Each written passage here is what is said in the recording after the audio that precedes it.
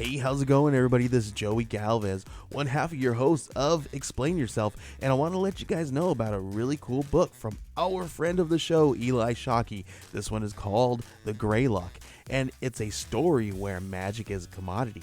Potions are sold at corner stores.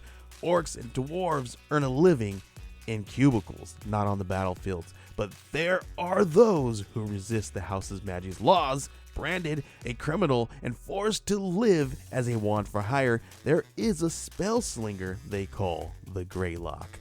Check this one out. You guys can pre-order issue 3 right now with code JAN241939, and make sure you guys are heading over to your favorite LCS and letting them know that you want Greylock number 3, and maybe pick up the first 2 issues. You could do that at the Scout web store. So make sure you guys are grabbing the Greylock number 3, JAN241939 at previewsworld.com.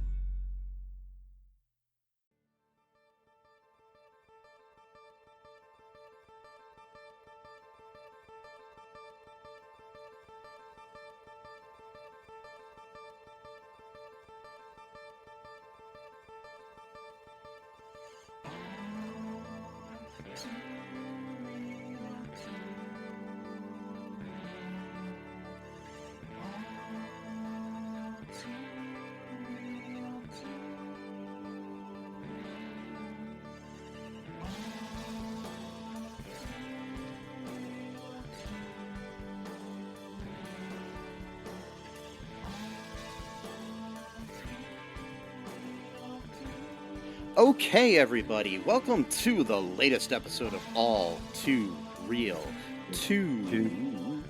My name is Michael E. Cullen II, and with me, as always, is... Sesame, Almighty, and Cardo. I like that. Thank you. I dig it a lot, man. You just really hammered that home right there when you did that. Yeah, I mean, it kind of had a wow factor a little bit, too. Yeah, you just hammered it home. You were struck by lightning with that one. Thunderstruck, even, you might say. Yes, you were thunderstruck, man. So today on the show... Boo. You've been struck. Sorry. Oh, that's Dynamite. Never song. Different song. Anyways, so we're gonna go with talking today. We're talking about a Mockbuster film. This is our, I think, second Mockbuster film we've covered after Fast and the Fierce. Yeah, right. It's right. Which wasn't even about cars. No, it wasn't. But the poster made you think it was. It was about an airplane, wasn't it? Yeah, it was like about airplane and like spy shit and all this other stuff. Anyway, so of course, the computer room had to be like a bunch of blinking green lights because they're always in the dark, apparently. Oh yeah. Yeah. Anyway, that's the best way to do, like data entry or any kind of computer stuff. Yeah. Is in a dark room. Yeah. Because I mean, I don't know if you've ever seen any documentaries about like Facebook or Google or anything about their headquarters. Just black rooms everywhere. They're always, yeah. Yep. They're always in the... Yeah. Yes. That's all they are. No. Yep. Both those places are pretty colorful and bright, so I don't know what anyways, today we're covering another film from the very infamous film company, the Asylum. The makers of the Sharknado films, which are not mockbusters, but they're like the only thing they've done that aren't. They've done some other things that aren't. Don't get me wrong, but they were the makers of The Fast and the Fierce, and movies such as Snakes on a Train, The Day the Earth Stopped, Battlestar Wars, Transmorphers. Morphers, yeah, I love that one. Transmorphers. Yeah. What about the Revengers? Was that them too? Oh no, that wasn't the name of it. No, that was my joke name for Mockbuster. Oh, okay. That never happened. No, they did The Avengers Grimm.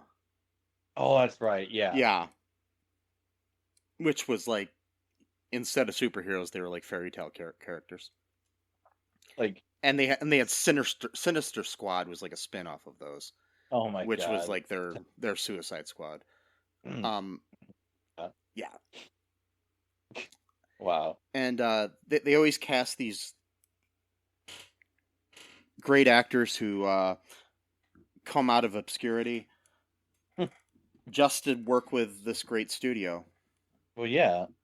That's the only reason they do it, right? Such as such as Richard Grieco, who played Loki in this film. People may know him from 21 Jump Street. He was recently in the movie 22 Jump Street, but he was also, reprising his role as Booker from his own self-titled TV series Booker, which was a spin-off of 21 Jump Street back in the 80s and 90s. Huh. Yeah. I mean, he's in a lot of things, but, you know, those are the only notable things, really. Times were lean, and he had to be in Almighty Thor, you know. Yeah, he's in a few of these, a couple of these at least. These Asylum films. I mean, he did have a recurring role on Veronica Mars as well, but he was also in AE Apocalypse Earth, which was an Asylum film. Yeah. So, I mean, I would love to actually be in one of these Asylum films, because that way I could act a little bit. Yeah. But not have like the pressure of like, you know, being an actor or trying to be an actor. Because I know that like it's not going to really launch me into like success. So it's just like, I mean, it could. I mean, the thing is, it's like some of the people that have worked with the Asylum. Okay, it's kind of like the Asylum is a little bit like a modern day Roger Corman, who had his own production company back in the 70s and stuff, and started the careers of people like James Cameron and other like Joe Dante and other like famous directors. Ron Howard. Yeah, all worked for Roger Corman, and this is kind of like the modern equivalent to that, where it's low budget, shoot it as fast as you can, you know, get it released, sort of thing. And you know, on a shoestring budget. Roger Corman was famous for reusing sets, and I'm pretty sure the Asylum does that too. Where they would have like a really cool location, or like they'd rent the location or have the sets built, and they'd be like, okay, what else can we shoot here now? And they would just write a script based on the locations that they had available. And I'm sure the Asylum does similar things. And it does get a lot of people on their way down, but I'm sure it's a good launching ground for some people who are trying to break into the business, and you know, it's a way to learn how to do things on the cheap and make a movie and release it. I don't want to like dismiss everybody that's involved with this company with the output as much as the input is. Sometimes the journey is the destination, you know what I mean? Yeah. So the movie doesn't really matter as much as the experience that you have making it.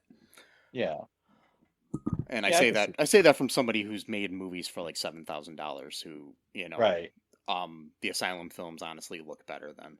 So I mean, they had a $200,000 budget for this movie. Yeah. And that includes everything, both paying the actors, CGI, writing, set, everything. I mean, that's the whole. Yeah. Like when people say like, "Oh, this movie, I can't believe they paid, you know, $500 million to make this movie." It's like, yeah, but they're paying the actors, they're paying. I mean, it's and you're paying for time too. A lot of times. It's like there's so many things that go involved. It's not like it's just like all this movie, all the money goes to like an actor, and then that's the whole thing. Like, no, there's CGI, there's marketing, there's like a whole, you know, writing, the screenplay, there's reshoots. And something like Thor, because we're covering Almighty Thor today, by the way. I don't know if I mentioned that. Oh, which came out around the same time as the original Thor, which, the original Thor and all the other Marvel movies, billions of dollars are spent on these things, not really, but, millions at least. And yeah. it's, they will take, like one page of filming could take a week to film for a Marvel movie. Whereas this movie was shot in 2 weeks. Yeah, the whole movie. Yeah. So, you only get like one or two takes on a shot, so that's what things are. I mean, there are really big expensive movies that are like that too, because like Clint Eastwood as a director is famous for being a one take guy. Yeah. Like and he cares more about the story than he does necessarily about what's on the screen sometimes too, because if you're familiar with the famous scene from American Sniper where Bradley Cooper is holding a baby doll that's supposed to be his kid because they couldn't get the kid to calm down on set, so they just put a baby doll in his hands, and they didn't even try to make it look like a real kid. Wow. And this was a movie that was released nationwide into every movie theater in the country. Yeah. So it's like, Wow. yeah. But anyways, back to the topic at hand. What were your thoughts here on Almighty Thor? I think it's the best movie of all time, quite possibly. Okay. So today's going to be the last episode of All Too Real 2 because I think Matt has lost it and I may have to go have him committed. Can you have a friend committed? I don't know. We're going to find out. Maybe we'll put you in the asylum. Oh, yeah. Because I don't think I have you as like power of attorney or something like that. So I don't know how that would work. But I'm very persuasive. I'll work it out. Okay. Yeah, because I might need to be in the asylum, like you just said. Get it? Because these, whatever. Mm-hmm. Oh God, this movie. Yeah. Okay. So yeah, it premiered in 2011, May 7th, right around the time as Marvel Studios' Thor. So everybody's grandma went to Family Video and rented it by mistake, They're like, I got the movie for you. They're like, wait, that's just came out in the theaters. No, they already got it out on DVD. And you're like, what? Oh, cool. Maybe it was like, pirated or whatever. And it's like, no, that wasn't it. And instead, it kind of reminds me when I was a kid where my parents bought me Angels in the Outfield, but it was the original one from like the 1950s. Oh yeah. And I even saw the case. I'm like, I don't think this is the same movie. They're like, yeah, it says Angels in the Outfield. I'm like, I know. Look at the case though. Like, it doesn't have any of the actors from the movie. They're like, oh, maybe they just made that for like artistic reasons. I'm like, no, I don't think that's a thing. Like, Yeah, it's like what was it? Was it the Black Stallion or the Black? What was it? There was like one of those horse movies with black in the title. Black Beauty, Black Stallion, one of those. There were several different versions of it, and my ex-girlfriend asked me for one of them for Christmas one year, and I bought her the wrong one. Oh. It was the same year that I got her almost the right things and everything. I got her a jewelry box, but it wasn't the right jewelry box. I got her earrings, but she was allergic to the earrings. And Wow. and I got her the wrong DVD, among other things. I don't remember. But anyways, so I was always like, yeah, I'm really great at almost getting the right gift. Yeah. Yes. Wow. But yeah, definitely, you get the wrong Angels in the Outfield or the wrong Black Beauty or whatever. At least they're still, Hollywood made movies, even if one's in black and white from the 40s or whatever the Angels in the Outfield is. And that one was like way darker too. Yeah. the plot and everything. Yeah. I was like, oh man. It wasn't Disney, so yeah, but this movie, man, yeah, we start talking about it because it's Yeah, a we wild ride. so we've got the movie. Just to let you know, it was directed by Christopher Olin Ray, whoever that is. Starred Cody Deal as Thor, Richard Grieco as Loki, Patricia Velasquez as, how do you say her name? I don't remember. Jarn Zakata. They should have just called her Lady Sif. I don't know why they didn't. Well, I don't know. I mean that's still a character that's in public domain too. So, yeah. So see, the way they're able to do this is because you can't copyright Norse gods. So yeah, because they're not creatures, but they're mythological beings, characters, yeah, not So you know, as long as you're not copying something that Marvel created specifically for their comic books, you're yeah, like A-okay. you can have their backstory or whatever, yeah. But Yeah. And we also had Kevin Nash, the wrestler, as Odin. Yes,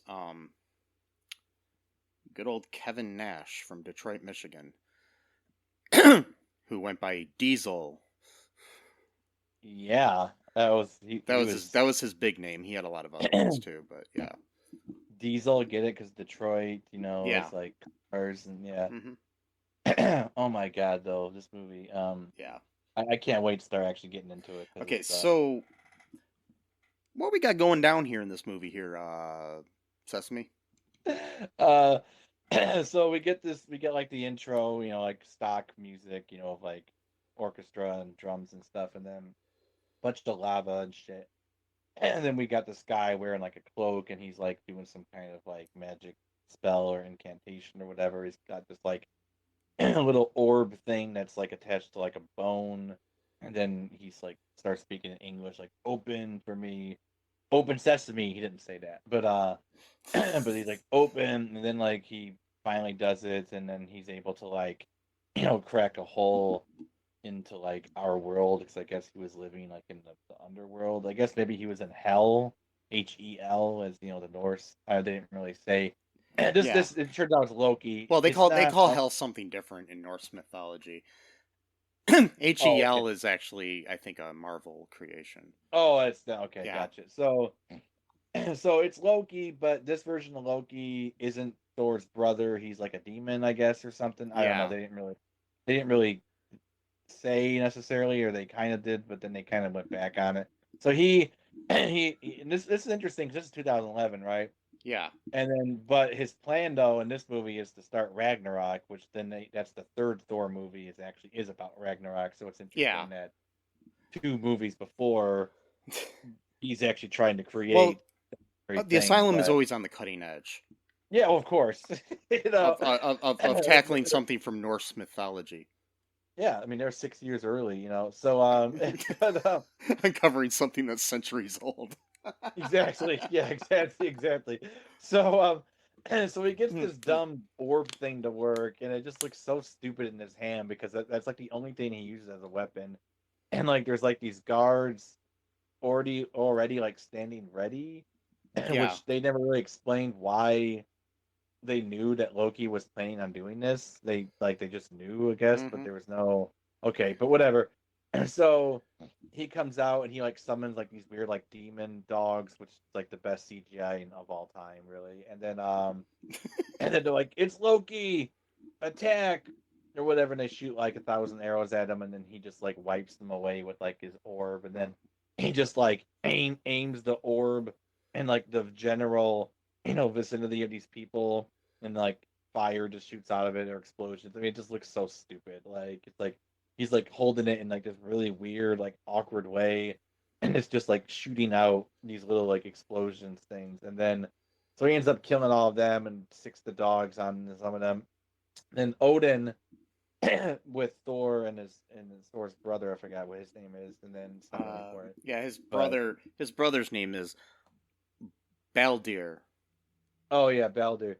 And then I watched it for a second time, not the movie, just this particular scene. So Odin is carrying like a trident, like a weapon. But then I noticed the second time that the thing is bending. Like they couldn't even just like have like a real wooden thing. Like it's like the thing is like made of plastic or something. It was like bending. So I Well, thought all that the was weapons are made of plastic in this movie. It looks like. I mean, well, no, that's what I'm saying. that bone that Loki has with the orb on the end of it really looks like one of those um like bones that you get off of one of those plastic skeletons you can buy around Halloween. Yeah, or a Skeletor thing, even like a Yeah. Skeletor toy. Like, yeah, Meh. no, it did. It looks so stupid fake. And then they keep like using the same shot over and over too, where he's like bombing like the fortress, and they keep going back to that same shot of like that being on fire.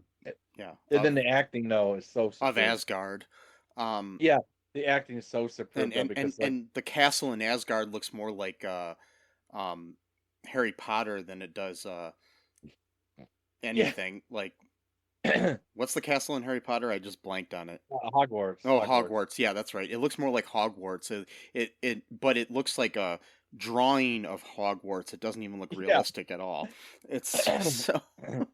Yeah, and then so Odin and sons, they're going off to meet like these weavers of fate, I guess. They're doing the whole like Greek thing of like the fates, whatever, even though it's Norse. But Well, I think they're in both mythologies. So okay, yeah, well, yeah. they're going to see them, but then there's this.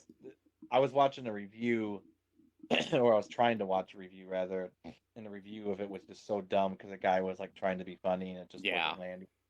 But then he misunderstood what Odin said, and then was like making fun of what he misunderstood he said, so it just made him. Oh, jeez.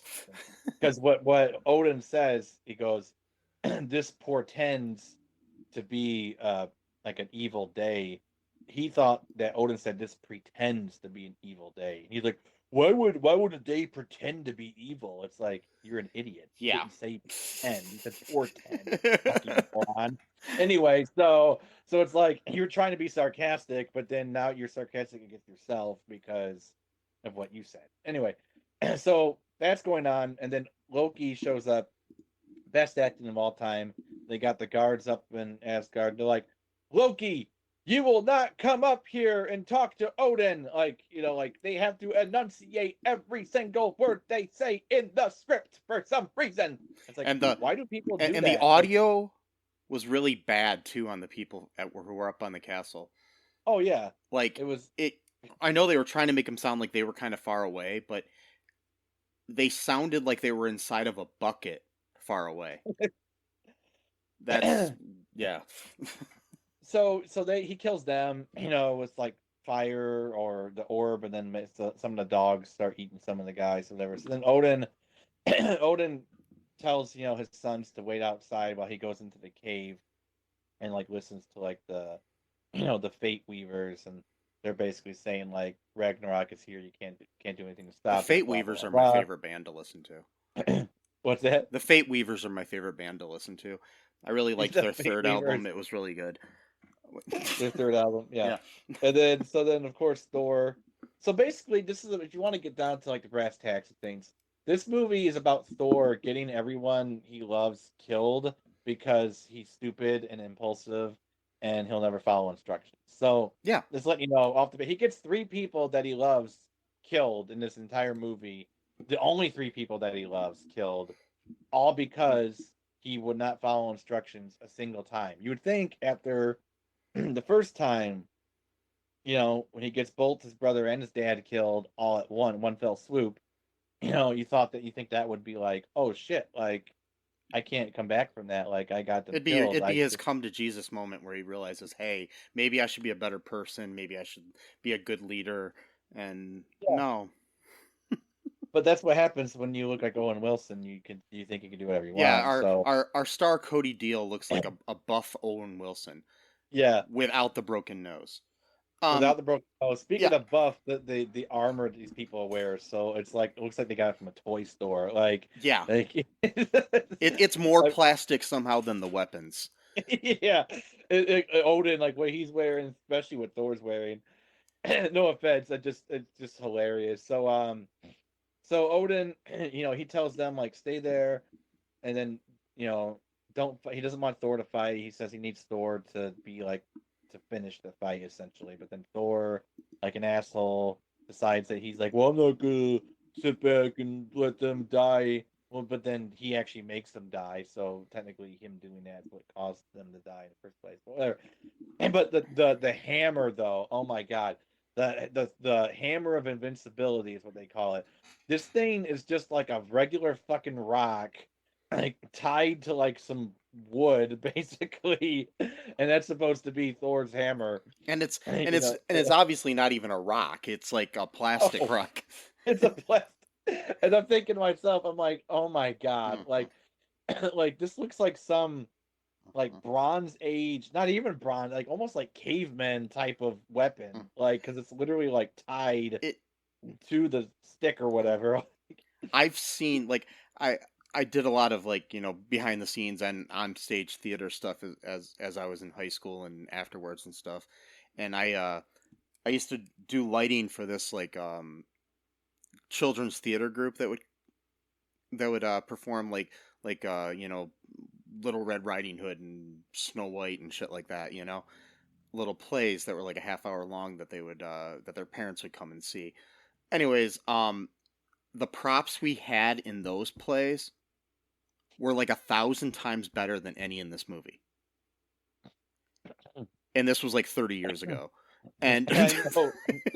And also too, there's this fight scene between Loki and Odin that they insist on doing this weird slow motion crap. I have no idea why they thought that would be a cool thing to do, because it just looks so bad. Like, and your fight with you have Kevin Nash, Diesel from the WWF, yep.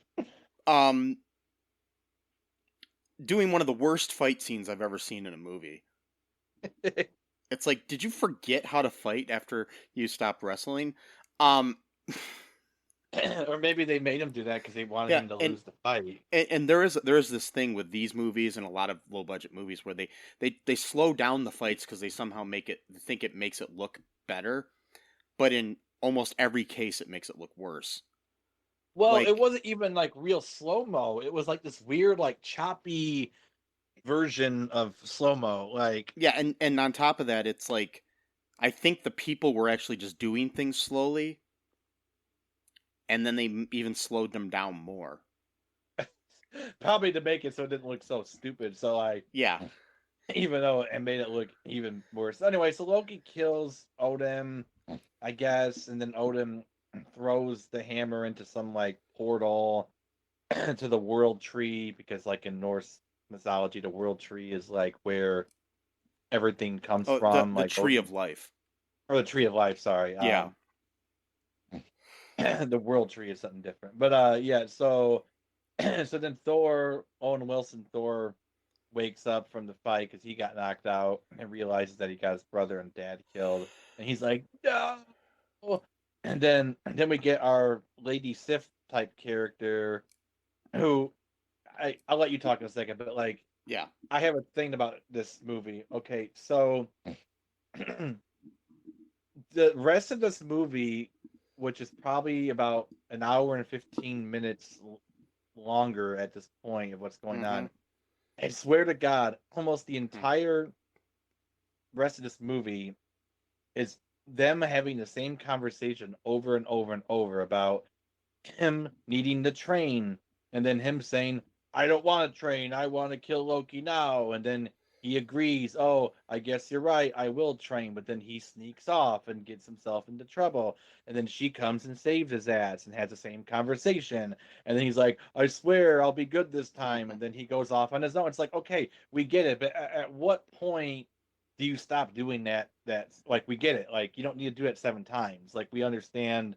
that's his personality, like, we don't need the whole movie to be like her essentially babysitting him. Like, my feeling on this is that the writer of this movie had just watched Star Wars: A New Hope and really liked the part where Luke was like, but Uncle Owen, blah blah blah, we can't do that. And he just wrote that again and again for like the rest of this fucking movie. Because that was literally the whole plot. And then so you go on from there. But I just wanted to just mention that fact that like we run into the same exact conversation like 18 times. Yeah, Where and then on like top of that, it's like we have little development each time, not much, but yeah, it's the same thing, and then eventually, like this is all like seemingly taking place in like a day or so. oh yeah, it's like all one day. Yeah, Yeah, and somehow Jarn John Saxa, whatever her name is, Patricia Velasquez's character, at one point is like, "I love you, Thor." And it's like, right. What?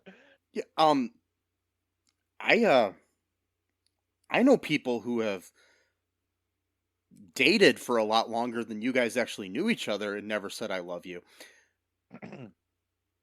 Well, you had to have the hetero, romance going on, Mm-hmm.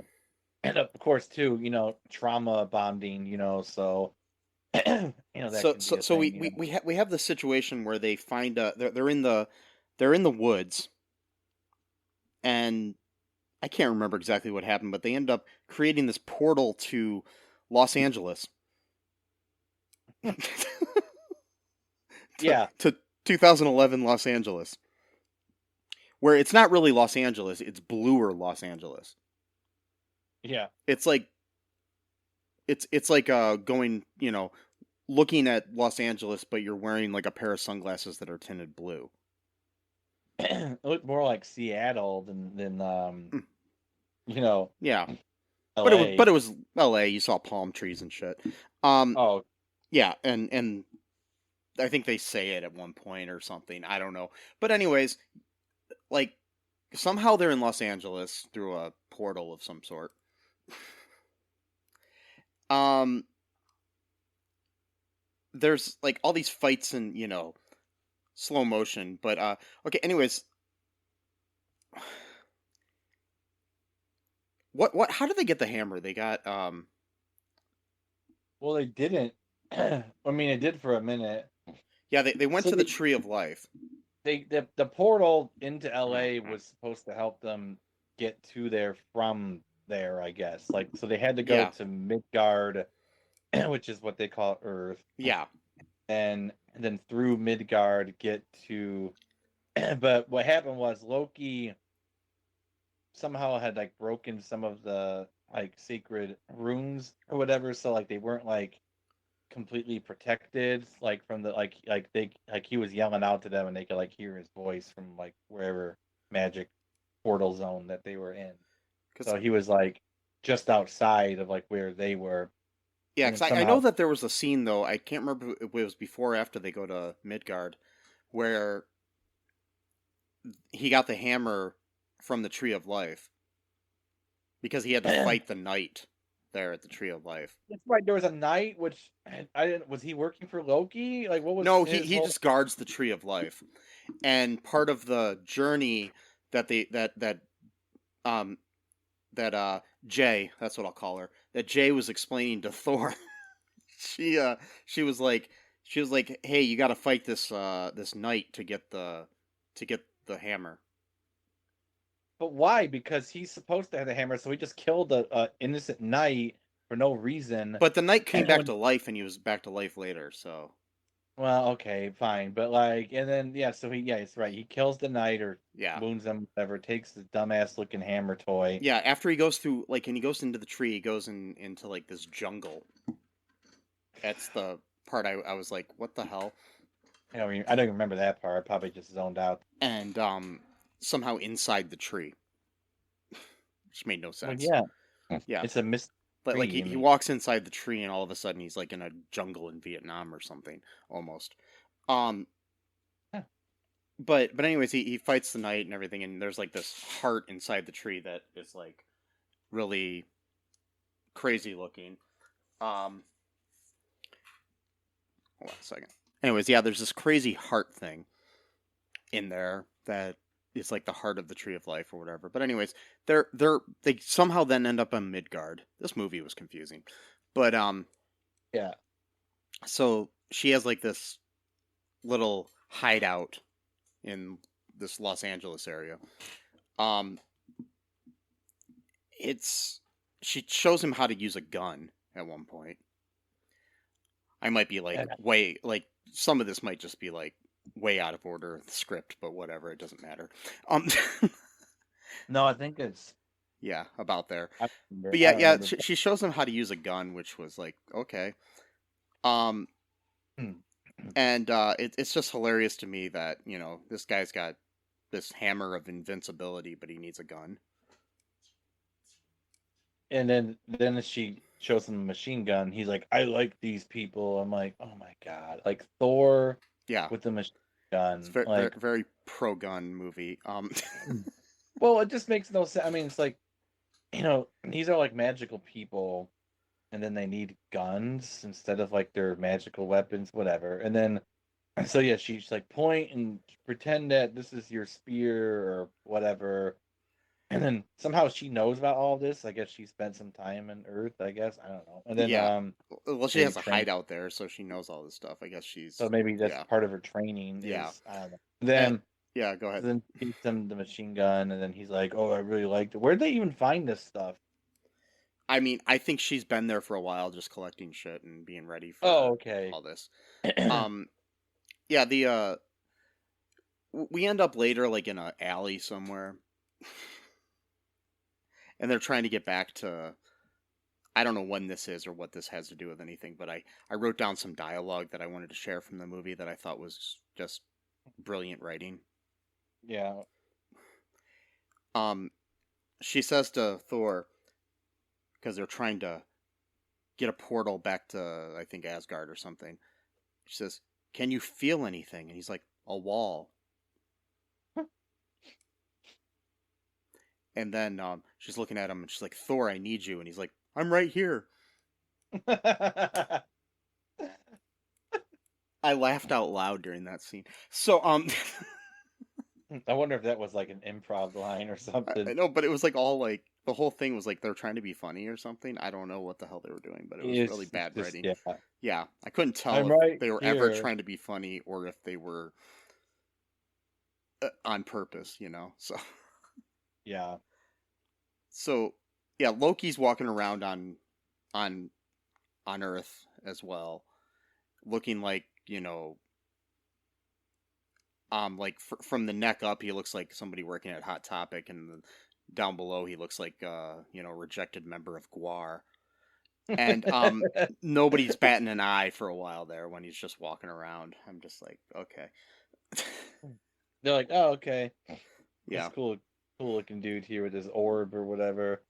And then they get into a gunfight where they literally start shooting machine guns at each other, that was bizarre to see. And well, it was actually just one machine gun because Thor had the machine gun, and then Loki was able to take it from him. Oh yeah, that's right. Thor was a horrible shot. He couldn't even get anywhere near him, and then I know Loki, who's never used a machine gun before, takes it and he gets him right away. Well, because he's used to holding that awkward orb all the time, so it's helped them aim things. So the machine gun's like a toy in comparison to the toy orb that he got from like Skeletor's inventory or whatever. Yeah. Or the Masters of the Universe toy inventory, and then at one point, what happens? They get into a fight, and then he supposedly kills Loki, but then Loki's like, "Oh, you can use the orb to bring back your brother and Odin or something like that." So then Loki burns and goes back to hell or whatever. In one of these numerous bad fights, he also cuts off his hand, and oh yeah, which and it grows right back. But the blood spurts out, and it's obvious like CG blood that doesn't even look like it's human blood coming out of him at all. Yeah. So there's another part too where there's extras in the background, and there's this one part with a lady with a baby stroller I noticed, who looks right at she looks right at the camera. She goes and just positions herself in the corner or something like that. She's in this doorway of this old building, and she just stands there like. I didn't get as she was trying to figure out what was going on or yeah, was she just somebody that wandered onto set, or was she a paid extra is what I'm trying to figure out. I have no idea. Yeah, and so Loki shoots him in the arm and injures him, and so he's got to go back in for to get bandaged up, but then she's like, okay, this is why you have to like follow my instructions, Thor. And he's like, I know. And she tells him, to get rid of that orb because that thing like corrupts you or whatever. He's like, okay. And then she leaves, and of course, he starts looking at the orb and starts telling commandments to it, like to open up and to save, Yeah. save my brother. And of course, Loki comes back out of it because he didn't really die. Because he can't die because he's not really alive.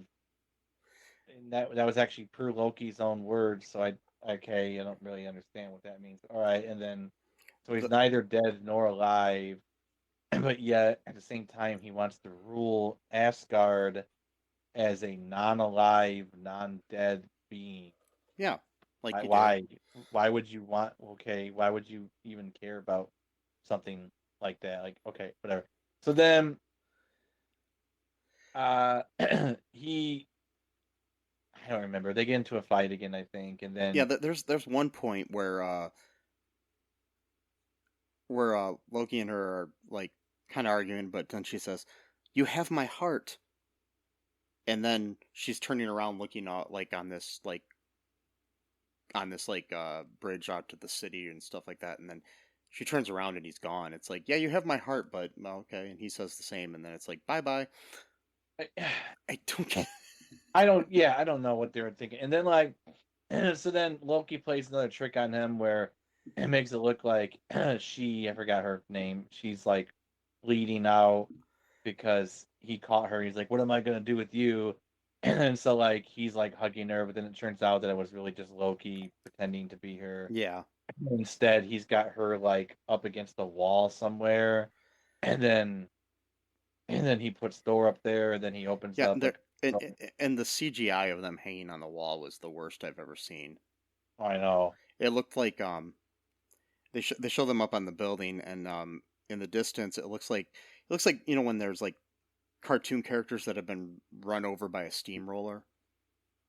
Yeah, Like after they're kind of like just hanging out after that, where they kind of look almost like cardboard cutouts or something. That's what it kind of looked like to me. It was like so weird. yeah. A little bit of movement, and that was it. Yeah, And then they're like talking like, "I'm sorry, I didn't listen to you for the 45th time." Like, it's okay, Thor.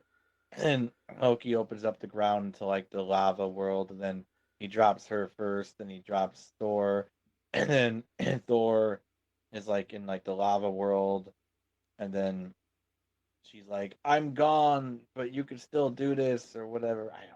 And then yeah, and he and then so that's where he gets his real hammer yeah he forged, forms his own hammer out of lava. which that hammer actually looked kind of like the real hammer that we have through the movies, not this rock Yeah, thing like this tied to a piece of tree wood or something like that, like a branch. And then it looked like a slingshot basically. And then and then he comes back and Loki's like, "What? Like, no, that's impossible." Blah blah blah. So they get into a huge fight. Thor wins, I guess. I don't know. And then yeah. I forgot what There's happened. like he brings up his little like worms and dogs and stuff to fight and everything, and you've got all these extras running around who are all the same like 4 or 5 people, and Yeah, that's right. And then like they all crowd around Thor once they win the battle, and he's like, "He's our savior, he's our god," type of thing. yeah, And like he goes, but then like the movie, because I was watching it for free on YouTube, and then it seemed like the sound cut off, and they went back to the lava world. I don't know if that was like some post credit scene I or don't think so because I watched it somewhere else. I found it some on it was actually okay, on it's on Peacock. okay, Yeah. okay. So they after that they have a scene where he goes back to the the loom ladies, the Norn as they're called. Oh yeah, that's right. Yeah, and he ends up destroying the loom because he's like, we create our own fate and destiny and all that stuff and everything. And And they're like, "No!" yeah, Another great CGI moment where it was all like slow motion and stuff, and they're like, like staring daggers at him, like, "How dare you?" And it's like, wait a minute, didn't you notice was going to happen since you're the Weavers of Fate? yeah. So could you know that he was going to do that? And You then know, on top of that, like we never get any of his 3 people that he basically had killed, none of them come back to life at all or anything. No, so they're all dead because of him. So yeah, forever. So good job there. You yes, killed the love of your life that you've known for like 12 hours, and then you got your brother and your dad killed in the same day as well. All because you refuse to follow basic instructions. yes. So You're good you're job acting like there. you're acting like a child who wasn't given a Snickers bar at the Kroger checkout lane when when you asked your mom for it throughout the whole movie. That's basically it. So Instead, it was he couldn't get his hammer or yeah, whatever, or how did he kill Loki again? I forgot. I honestly forgot too. I forgot too. Like maybe with the hammer, or Yeah, probably. and then saw him put him back into like the lava world or Yeah, whatever. the like hell or whatever it was. Yeah.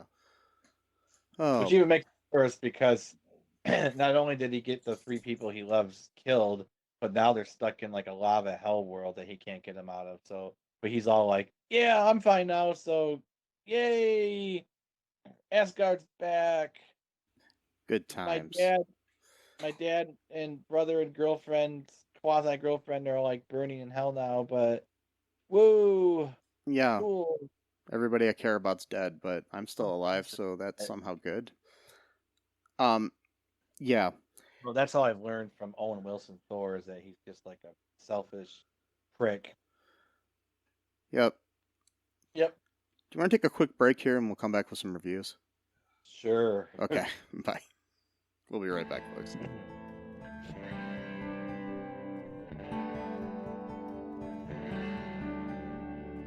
No Outlet Live. Hey, I'm Jay Remy, host of No Outlet Live. If you're in a podcast that explore any and everything, check us out. We stream anywhere you listen or watch podcasts, or just type No Outlet Live, one word, in your Google search bar to find the show. Live Saturdays at 7 p.m. Eastern Time on Facebook. No Outlet Live, your road to boredom ends here. Do you like Tessa? Do you think this will be a date that can last? Well, she's not very articulate. And we are back. Alright. Want to hear some reviews from this lovely film? Sure. Okay, here's one. Written on May 8th of 2011, or about the time it came out, from Michael Paul Morley. And the headline is, this is for a 1 out of 10 star. Is this the worst film I have ever seen? The simple answer is quite possibly yes. The joke is, though, that this film is so bad that you can't even laugh at it. I disagree there. I found myself cringing at the appalling dialogue. The CGI was very poorly done, and the camera work in general was very dodgy, to say the least. Lots of shaking. The acting, if you can call it that, was appalling. Whether or not this is due to the poor directing or that they are actually that bad, which I failed to believe, is unforgivable. And some might even say criminal. As someone who has done some acting, if I was in this steaming heap, I would want my name removed from the credits. This is definitely one to avoid if you value your time. It is an hour and 30 minutes I will never get back. Oh, Poor guy.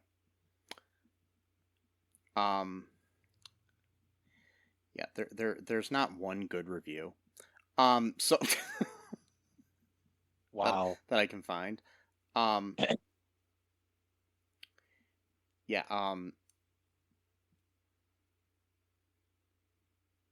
yeah. So Tough. I mean, here's another one. 1 out of 10. Replace Almighty with God Awful. This is from 1980. This is written in July of 2018.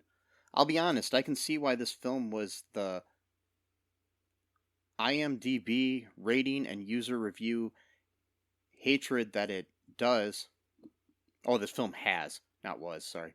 has the IMDb rating and user review hatred that it does. This is a stinker. if Marvel's Thor was the pinnacle of what is right, this version of Thor is somebody doing cosplay using only items found in a small charity shop as the props and costume. The casting is horrible. Come on, Kevin Nash. I love you as a wrestler, but you couldn't act in the ring and you shouldn't be acting in a film. Richard Grieco is Loki, which was upsetting. His was probably one of the better performances. I totally disagree. I think he was the worst performance in the whole fucking movie. But anyways, however, I've still seen human statues more animated. Cody Deal. What was the deal? Thor, come on, really? You come across like a brainless half-wit. Don't even get me started on Patricia Velasquez. What was that about? Loki attacks Asgard because he's jealous that Thor could soon be ruler. Loki kills Odin and others. Odin sends Thor's hammer to Earth. Thor goes in search with what's-her-face to find it before Loki can. With what feels like no plot, no acting skills, no structure to the film, and just say no hope. This really has to be the worst film I have seen this year, and I pride myself on watching terrible films. I regret watching this. Yeah. Wow. This other one, I'm not going to read the review, but I like the headline for some reason. Napoleon Dynamite with a six-pack. Wow. Yeah. So yeah, the highest rating I've seen on here is 3 stars. So, any final thoughts here before we wrap things up about this glorious, almighty film? No, not really. Unfortunately. Yeah. I don't think this is the worst movie I've ever seen, No, it's not. but It's up there. it's up there. It's pretty bad. Anyways, off of something that's bad, here's something good, folks. You can check out all2real2.com and follow us everywhere. Yeah. You know, that's something you can do that will help erase the badness that is Almighty Thor in your mouth. The taste of it. Almighty Thor in your mouth. Wait, what? The taste what? Oh, The- the taste.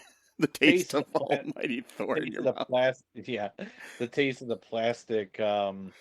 And Yes. The and plastic dumb- props and actors. I mean, I think that Richard Grieco's face looked more plastic than the bone that he was holding, but Wow. I don't know. Anyways, so I don't know. I don't want to be more mean, but yeah, check out all of our stuff. You can go to all2real2.com, as I was saying. Check out our TeePublic, our Patreon, other ways that you can help us out. Just share the show. Give us a 5-star review on Apple Podcast or anywhere else you can review the show. That really helps us get out there. Be good to each other. That helps everybody. And until next time, folks. Bye-bye. Thanks for listening to All Too Real 2 podcast, a Cullen Park production. Produced and edited by Michael E. Cullen II. Music by Matthew Hawes. Subscribe and share the show. Visit us at cullenpark.com.